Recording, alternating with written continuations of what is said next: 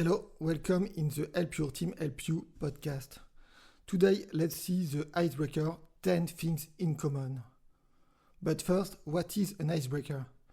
An icebreaker, it is, as the name says, to break the ice. When you have a group of people and you want them to know better each other, you can use this kind of exercise to make them speak to each other.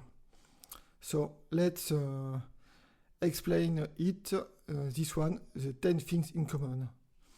The aim of this activity is to help team members to get to know each other better by finding things that they have in common. The instructions are the following. First, give the team a set amount of time, for example 10 minutes, to identify 10 things that they have in common.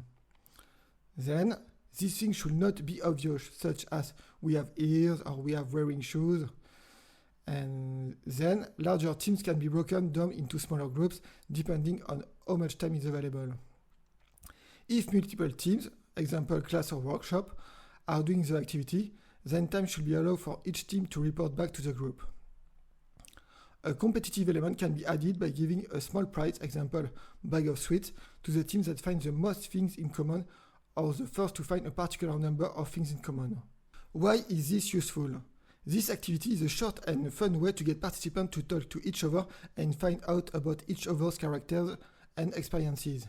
It is also very much a team exercise requiring participation from all members in order to find things in common.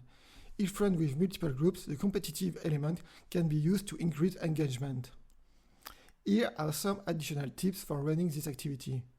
First, encourage participants to think outside the box and come up with creative answers. Be patient and allow enough time for participants to discuss and find things in common. If the activity is being run with multiple groups, be sure to give each group a fair chance to present their findings. And in the end, celebrate the successes of all teams regardless of who wins the prize. And to conclude, the benefits of this activity is this activity can help to break the ice and get participants to talk to each other. It can help to build trust and rapport with the team. It can help participants to learn more about each other's background and experiences. And finally, it can be a fun and engaging way to start a workshop or meeting. Thank you and see you in the next podcast. Bye.